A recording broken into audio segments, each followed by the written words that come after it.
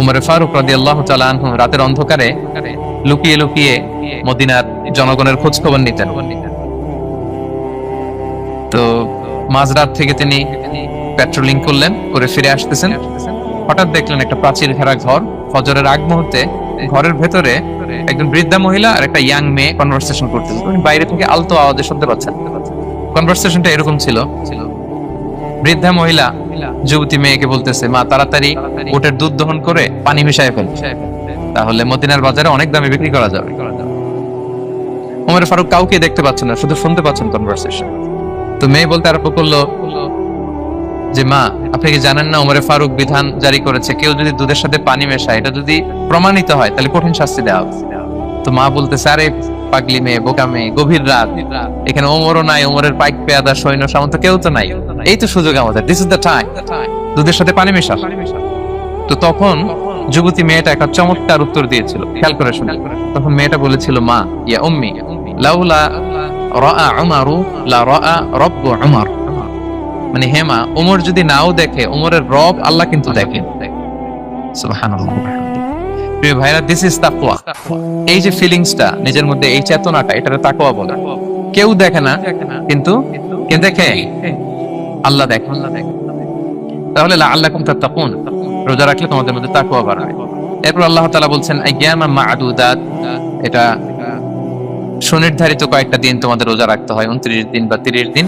ফামান কানা মিনকুম মারিদান আও আলা সাফার, এই রমাদানে তোমরা যদি কেউ অসুস্থ থাকো অথবা সফরে থাকো, তাহলে কিন্তু তোমরা চাইলে রোজা ভাঙতে পারবে। তবে ফাইদাতুম মিন আইয়ামিন উখর, অন্য সময় তোমাদেরকে গুণে রাখতে হবে যে কয়টা ভাঙছিলাম। লেটস সে আমি অসুস্থ থাকার কারণে 5টা রোজা ভেঙে ফেলছি, আপনি গুণে অন্য সময় 5টা কি করতে হবে? কাজা করে নিতে হবে। এটা বুঝতে পারছেন না সবাই? আর ওয়ালাল্লাযিনা ইউতিকুনাহু ফিদিয়াতুন তুআমু মিসকিন, আর যাদের সক্ষমতা নাই তারা ফিদিয়া দিবে। তারা কারা? তারা হচ্ছে লেটস সে কারো বয়স হয়ে গেছে 100, 105, এরকম অনেক মুরব্বি থাকে না, অনেক বয়স হয়ে গেছে, জীবনের শেষ সময় চলে আসছে, কাউকে চিনেও না, খাবার দিলেও খেতে পারে না, এইরকম বয়সে যারা পৌঁছে যায় তারা ফিদিয়া দিবে। প্রতিটা রোজার কারণে 2 জন মিসকিনকে খাওয়াবে। এই বিধানগুলো আমি সামনে বলবো। ফামান তাফাওয়া খায়রান ফাহুয়া খায়রুল লাহ, ইচ্ছাকৃত কেউ যদি ভালো করে এটা তোমাদের জন্য ভালো। ওয়া আন তাসুমু খায়রুল লাকুম ইন কুনতুম তা'লামুন, তবে তোমরা যদি রোজা রাখো এটাই তোমাদের জন্য শ্রেষ্ঠ।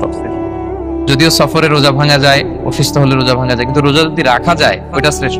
আপনি পরে কাজা করতে পারবেন, ঠিক আছে, কিন্তু রমাদানের রোজার যে ফজিলত ওইটা কি পাবেন কোনোদিন? বলেন, পাবেন না।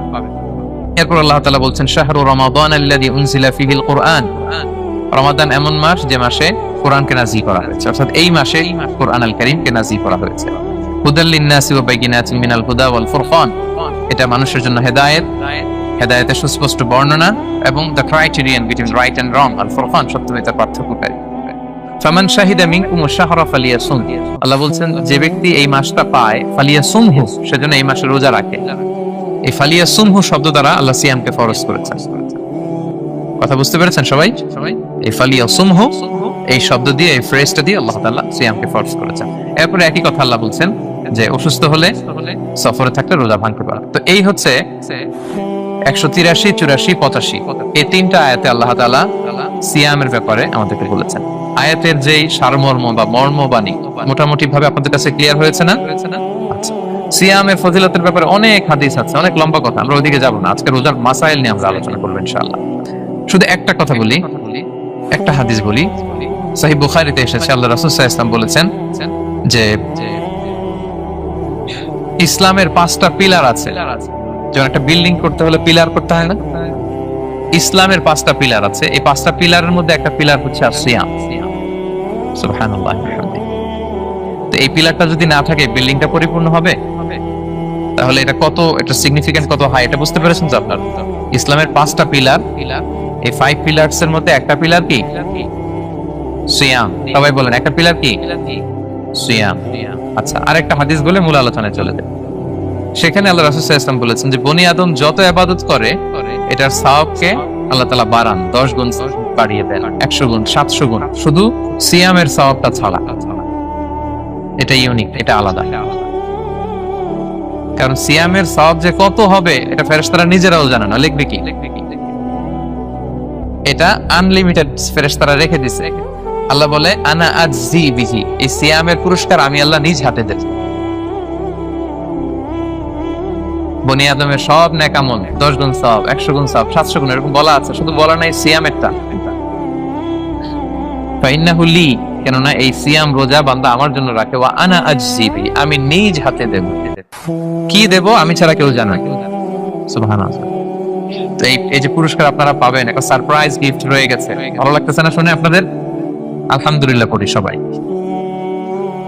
এবং আপনাদের জন্য স্পেশাল একটা গেট থাকবে, যারা সিয়াম সাধন করেছে তাদের একটা স্পেশাল গেট থাকবে, এটার নাম আর রাইয়ান। এবং রোজাদাররা ছাড়া লা ইয়াদখুলুহু ইল্লা সাইমুন, এই রাইয়ান গেট দিয়ে কেউ ঢুকতে পারবে না। ওমান দাখালাহু লাম ইয়াদমা আবাদা, জান্নাতে একটা স্পেশাল গেট থাকবে রাইয়ান, শুধু রোজাদাররা ঢুকতে পারবে। আর যে একবার এই দরজা দিয়ে ঢুকবে চিরকালের জন্য তার গলা থেকে তৃষ্ণা মিটে যাবে। He will never be thirsty again, আর তার তৃষ্ণা পাবে না গলায়। সুবহানাল্লাহ। এরকম অনেক হাদিস আমি শোনাতে পারবো আপনাদের, কিন্তু যেহেতু এটা আমাদের প্রতিপাদ্য বিষয় না, আমরা মূল আলোচনাতে চলে যাই।